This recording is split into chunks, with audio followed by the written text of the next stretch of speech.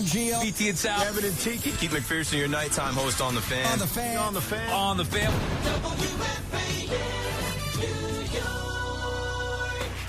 It's WFAN Daily, hosted by Pete Hoffman.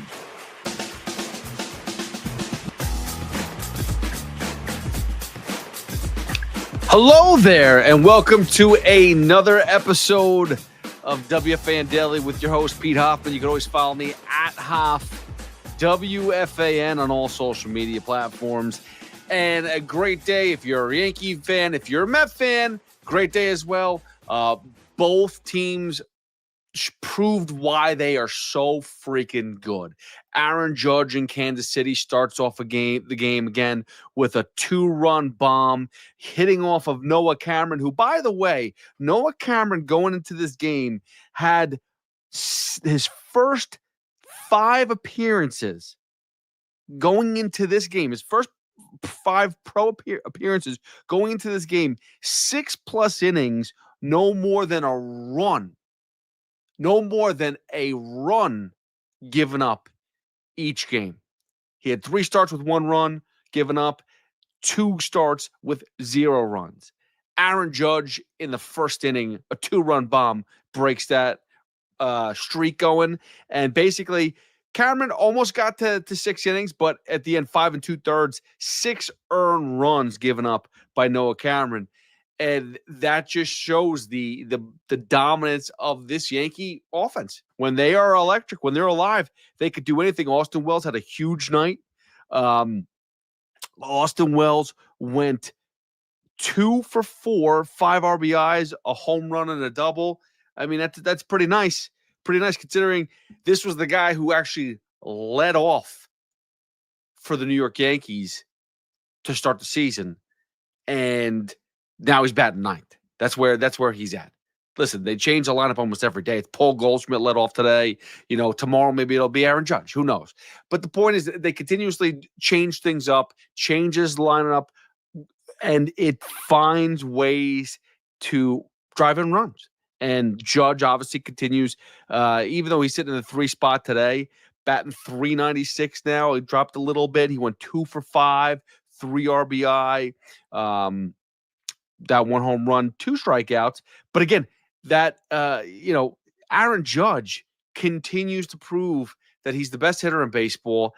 And the fact that every game he's getting 2+ hits, it's just amazing. No one is putting together, like when Tony Gwynn was hovering around 400. We knew what type of a hitter Tony Gwynn was.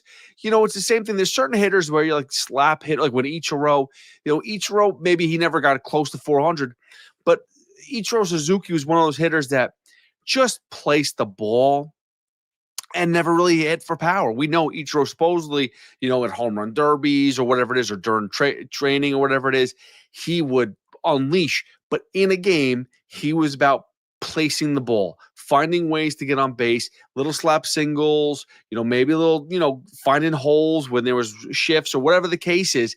That's what Ichiro did. Aaron Judge is doing the exact opposite. He's batting .396 and he's hitting for power. He's getting extra base hits. He is doing things that we really haven't seen in a very, very long time. You can sit there and say Shohei Ohtani, okay, fine, whatever you want to say about Shohei Ohtani, but I got to ignore that because, again, Aaron Judge goes out there and plays every game. He sits there and play. Today he was the DH. Okay, but that's a rarity. He's usually sitting right field. That's where he is. Last year he was in center field. That's what Aaron Judge does. And again, this team feeds off him. He set the tone, which was great. And then guess who was pitching today? Who's on the mound for the New York Yankees? None other than Max Fried, their best free agent signing. Other than Garrett Cole, I mean, obviously this year with his arm injury, that stinks. But, I mean, if you want to talk about the most effective free agent starting pitchers that the Yankees have brought in here, Max Fried has to be at the top of the list right now. Again, now he's 9-1 with an ERA of 1.84 and a WHIP of .93. I mean, that's just stupid. That is just stupid. His numbers are phenomenal. He's gotten, how many strikeouts does he currently have right now? He has, in 81 innings pitched, he has 81, or sorry, more than 81 innings pitched. He's got, in 87 innings pitched, or 88 innings pitched, he has 81 strikeouts. A strikeout total, not as much, not like a strikeout per inning, but around that, hovering around that. The rest of the numbers are phenomenal. He's virtually unhittable right now. He is in a place where he never has been before. Think about this. In all his career, you go up and down his totals, he has never come close to pitching below a 2 ERA. I mean, his best year, and I'm not going to count it, it's COVID, was a 2.25. But 2022, with 30 starts, he had an ERA of 2.48. That's phenomenal. He's got a 1.78 right now, or excuse me, 1.84 right now in 14 starts.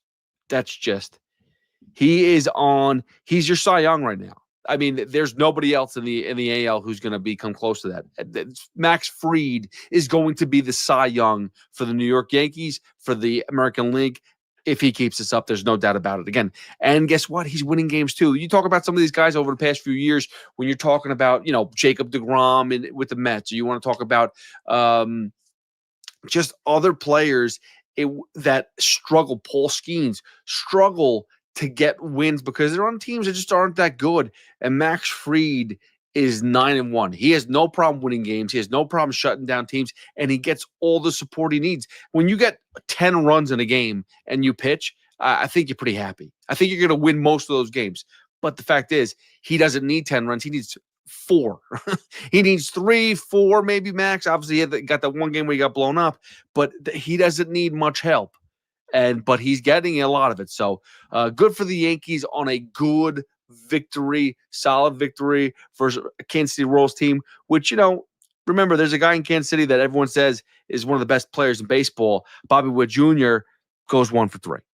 Doesn't look all that fantastic. And did he get pulled? I was doing a podcast, so I missed the ending. I know he gets pulled, but was that because of injury? I'll go find that out in a little bit. Again, I was doing the Rico Bronya with Evan Roberts as we were celebrating the New York Mets walk-off with Jeff McNeil. Yes, the New York Mets just continue to fight, and I tweeted this out when they tied the game. I really am starting to fall in love with the New York Mets, the 2025 New York Mets. And I didn't fall in love with them earlier because, there's certain things that are inconsistent. Like, again, Pete Alonso has been really good all season. He had like a little slump. Okay, fine. Pete Alonso is exciting. I'm enjoying watching Pete Alonso, be elite again. That feels really good. Francisco Lindor continues to find ways to come up big in really big spots. Juan Soto hasn't really gotten that stride yet. I know he's hitting a lot of singles now. He's still walking, still getting on base. He hit his 12th home run of the season today or on Tuesday night. But for the most part, you haven't seen the Juan Soto that is supposed to get you excited. That home run that he hit versus Mackenzie Gore had a bit of that aura, had a bit of that like, okay, I'm taking the next one deep. And he did, and he went oppo, and it was awesome. Because Mackenzie Gore, not for nothing, who came in here with, I think, a 2.84 ERA. He leads the majors in strikeouts. His total is absurd. He's got over 100 strikeouts, and I forget how many innings pitched. Now you add on, I think he went another quality start. Let's see. He went today 6 innings, 6 strikeouts. Still 2.88 ERA. He gave up 2 runs, 5 hits, no walks. Probably could have got more because only threw 89 pitches. But again, were they difficult pitches? Soto did get around on him on that one at bat to get a home run. But Mackenzie Gore, I mean, he's going to be up there for maybe a Cy Young this year. He's been phenomenal. He walked in here with 108 strikeouts. You add another 6 to that. He's got 114 strikeouts right now, if my math isn't as stupid as it normally is. 114 strikeouts in 13 games in only 81 1/3 innings. I mean, he's a strikeout king right now. And he doesn't walk that many guys too, which is even more impressive. Again, 0 walks today on Tuesday, 1 walk in his last start in 7 innings, 0 in the previous start, May 29th. So in the last 21 innings, right now. Sorry, the last 19 innings? My math is just terrible, but 19 innings it is. 1 walk. 1 walk in the last 19 innings. That's highly impressive. And his record is 3-5. So there you go. Like I said, you need some help from your offense. And they actually did. They got it today. They got the Nationals got to Griffin Canning. Griffin Canning looked very human. He's been looking very human as of late, which is a very scary thing for Mets fans, because is the pitching lab drying up? Are people starting to lock into the pitching lab? Is just Griffin Canning starting to become human again? Griffin Canning did not have the best outing. 5 1/3, 4 earned runs, 7 hits, 2 walks, 4 strikeouts. I mean, his ERA balloons to 3.22, which is nothing. But now you're talking about in the past 4 or 5 starts. I mean, listen, you go back to the Yankees game where he did shut them down. 2 earned runs and 5 1/3. Okay, fine. The Dodger game that got cut short, or he got pulled early because of the rain. That was 2 2/3. He gave up 3 runs there, which again, is that really fair? Okay, you could throw that one away, but then the next game versus the Chicago White Sox, he gave up 3 earned runs, 5 runs in total in 3 innings. He did beat the Dodgers. Then the next outing, 0 runs in 6 innings. But now again, 4 runs versus the Washington Nationals. So it seems like he's kind of coming back to earth a little bit. It was never going to be sustainable, but maybe this is why it's really good that Sean Manaea is throwing his rehab and Frankie Montas is ready to come back, because maybe this is Griffin Canning kind of coming back to earth, and you have those 2 pitchers, and at least one of them, hopefully in Sean Manaea, goes back to what he did last year. And if Frankie Montas can find any sort of level of success, that'll be fantastic. But that means there's a lot of pitching depth still here with the Mets, which is very helpful. And then besides Soto hitting that home run in the 8th inning, getting that line drive, should have been a triple, but turned into a double after Marte walked and scoring the 3rd run of the game to make it 4-3. Soto sitting on second base, and then Pete Alonso comes up with a rocket to left field. Such a rocket that he can't even get to second base in time. He actually did get the base in time. He actually got the tag in quickly, or got his hand in quick, but he got off the bag and they tagged him out. That being said, though, you just felt once Soto got that hit and Pete Alonso comes up, you're like, this team, there's really no quit in this Mets team. And where it feels lackluster and they're losing the majority of the game and you're not feeling comfortable, you're not feeling good, the fact that they can still fight back, whether it's the bullpen, I understand they only got 2 runs versus Mackenzie Gore, but the Mets put up numbers against the bullpen. They found a way, and that's all that matters, is finding a way when it counts to come back and win. And in this case, they tied, and then Edwin Diaz comes out and completely just shuts down the Nationals and makes them look silly. And Edwin Diaz is just at this level now where I know I continue to say it over and over and over. Devin Williams is going to be the best closer in New York, no doubt about it. Edwin Diaz has proven me wrong every single game. I know he blew the 1 save so far this season, but his numbers are just incredible. This wasn't a save opportunity, but again, it's the 9th inning. You can come in there and blow it up real quick, and after just a great rally by by Juan Soto, Pete Alonso, that rally can go for nothing, and the taste builds back in your mouth again if it's a bad loss. Instead, what happens? Shut down by Edwin Diaz. Reed Garrett shuts it down again too, and then in the first pitch of the at-bat in the bottom of the 10th with Luis Angel Acuna at second base, Jeff McNeil would have been a double, single, RBI single, scores Acuna Jr., Luis Angel Acuna, and the rest is history, and the Mets walk off the Nationals. And here's the other thing too, like we're sitting here and it's funny because you have 2 players who are basically playing the same spot, right? Luis Angel Acuna was holding down that second base spot up until Jeff McNeil came in and took that job back. Now, has he been hitting better? He has. He's batting .266. He's got 6 home runs on the season. We're not looking for power from Jeff McNeil, but the reality is, if you look at some of the other seasons, I mean, in 2021 it was, he had 7 home runs the whole season. He's got, in 120 games, he's got 6 and 35. So he's got a bit of, his stroke is back. His power stroke is back. I'm not saying I want him to be a power hitter, but you're seeing something from Jeff McNeil that we haven't seen in a while. And the average is coming back up. I'm not saying that he's going to be a batting average champion right now. I hope that goes to Pete Alonso. That'd be nice, right? But the fact is that Jeff McNeil is hitting. But now you have Jeff McNeil and Luisangel Acuna both playing, or second baseman. You can't play them both.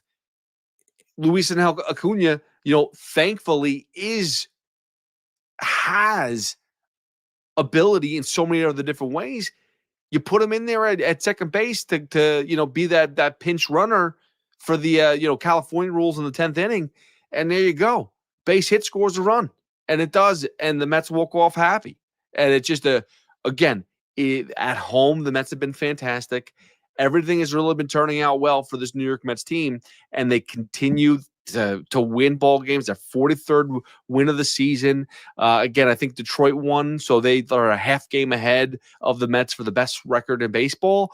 But it doesn't make a difference. I don't care about the American League until we get to the World Series. That's what it comes down to. Doesn't make a difference. Same thing with the Yankees. They shouldn't care about what happens in the National League up until the World Series. That's what it comes down to. Are we destined for a Mets-Yankees World Series? I still think the Dodgers are going to run through the National League. I think that's the top team. You can sit there and let me explain something to you about this record thing too. Okay, obviously the Mets have the best record in the National League. It's a best record. That means that they've won the most games. Are they the best team?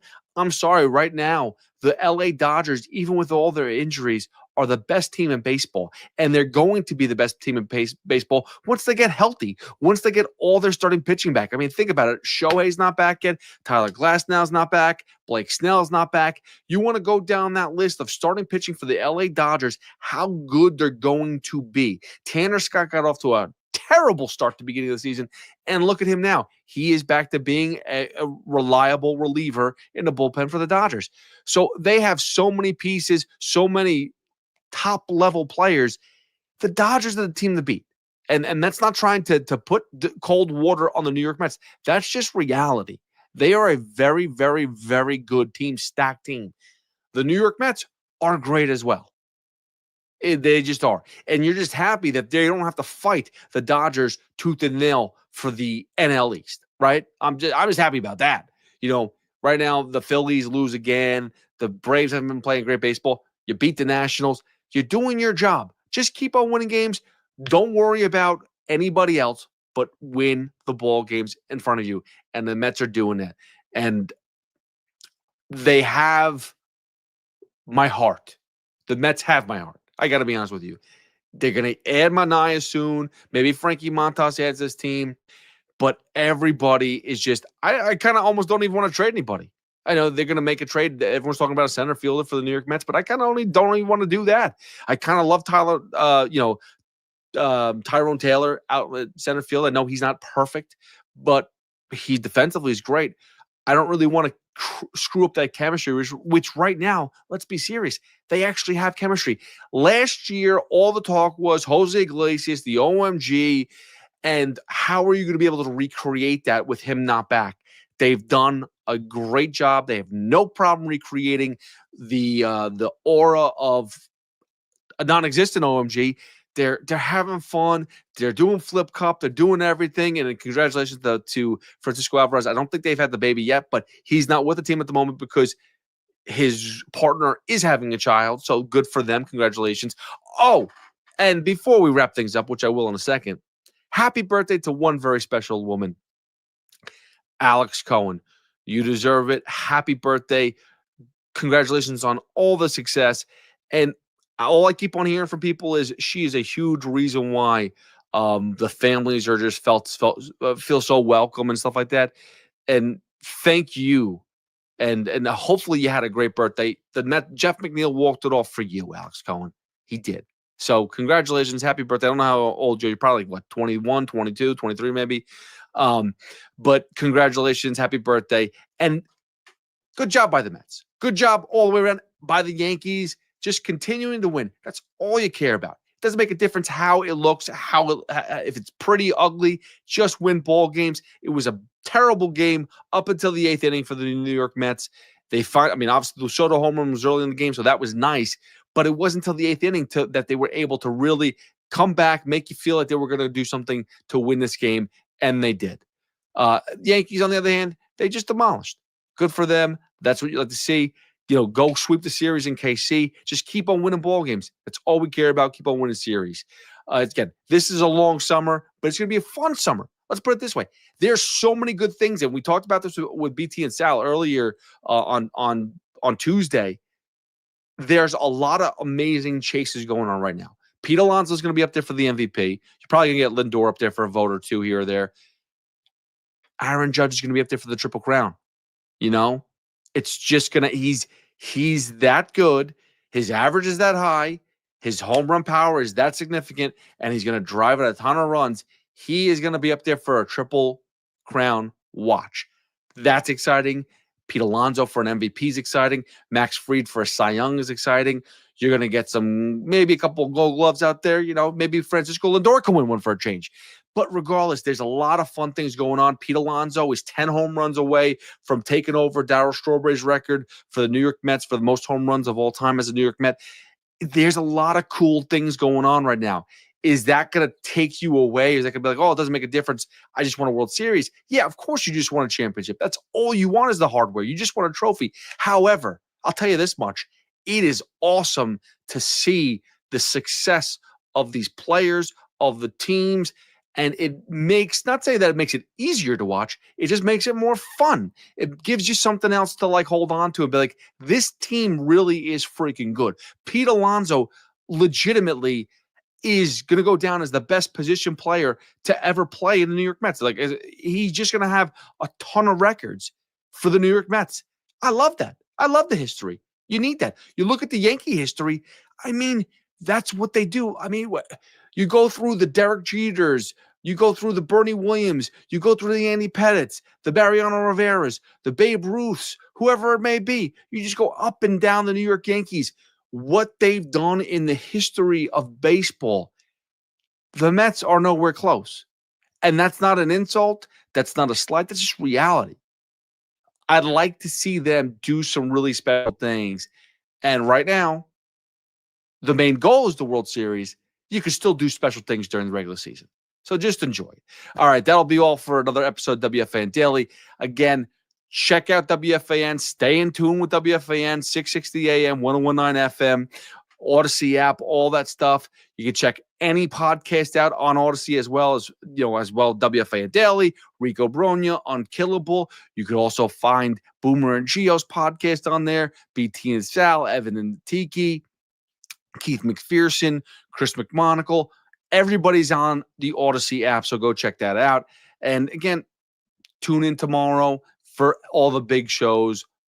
As I said, Boomer and Gio, 6 to 10. You got BT and Sal. I'll be there as well, 10 to 2. And you got Evan and Tiki from 2 to 6:30. And then you got, if you want to listen to the Lou Gower, if you want to listen to Keith McPherson and Chris McMonagle, they're all sprinkled in there as well. There's always something to listen to on WFAN and the Odyssey app. So thank you again for listening to this. I appreciate it. Thank you for all support. Subscribe, download, whatever you got to do. But I will be back tomorrow with more. Hey, maybe the New York Knicks will get a head coach for us. Or maybe they won't. And maybe Jason Kidd won't be able to come here because the Dallas Mavericks deny Jason Kidd getting traded to the Knicks. Whoops. Great plan by the Knicks. They're just, you talk about the same old Knicks, same old Mets, same old whatever. This is the same old Knicks. We'll get into that tomorrow. All right, guys, enjoy the rest of the day and keep on rocking. You can always follow me at Hoff WFAN. I'll see you guys later.